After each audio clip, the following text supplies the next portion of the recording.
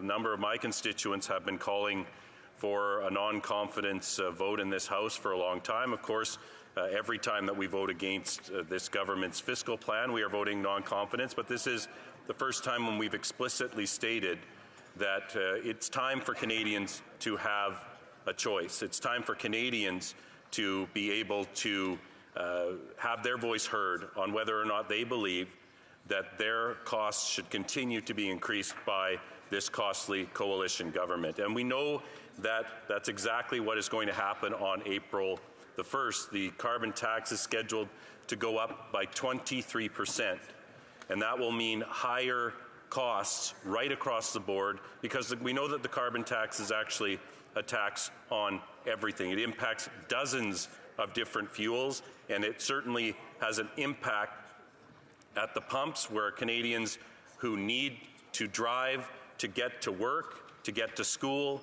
to take their elderly relatives to hospital appointments, all of these things, the cost of that will be going up on April 1st because this government has refused to spike that tax hike. And that's what's brought about this motion.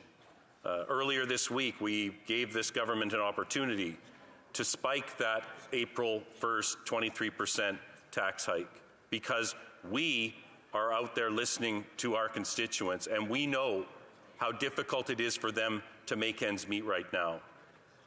200,000 British Columbians visiting a food bank every month, and those numbers, I would suggest, are probably quite out of date, and they haven't gone down.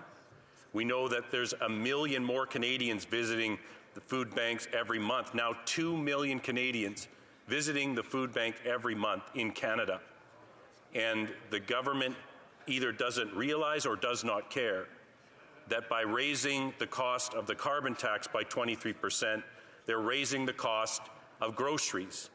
Because when you tax the farmer who produces the food and you tax the trucker who moves the food from the farmer to the market, you are driving up the cost of the goods that we need to put food on the table. And time again, we've raised this in this House, and time again, the government has not been responsive